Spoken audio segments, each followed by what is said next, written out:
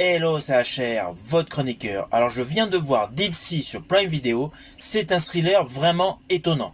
Il date de 2024 et il est réalisé par Phil Volken.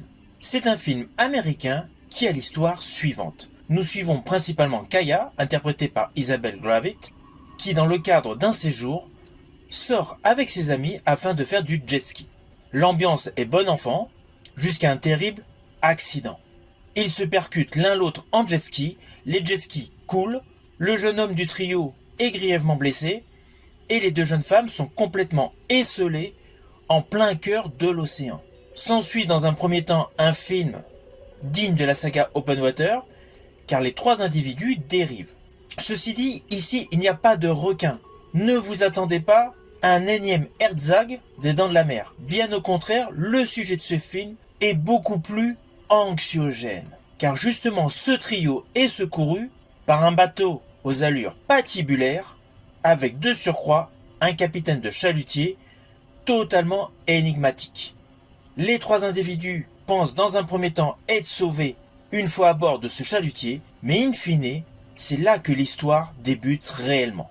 Alors on va pas se mentir, le budget de ce film est extrêmement short, c'est indéniable, et c'est dommage, car l'intrigue de ce film est vraiment intéressante, avec notamment plusieurs twists totalement imprévisibles.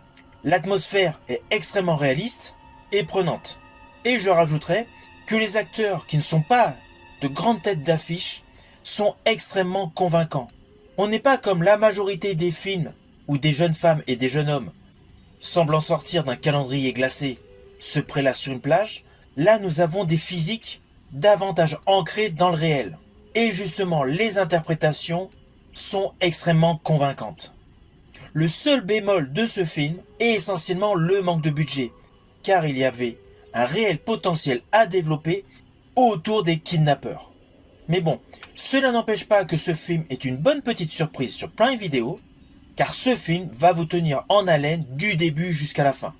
C'est selon moi la bonne surprise de ce mois d'avril sur Prime Video. Si vous avez aimé ma vidéo, n'oubliez pas petit pouce vers le haut, pensez au partage. Quant à moi, je vous dis à bientôt pour une prochaine vidéo.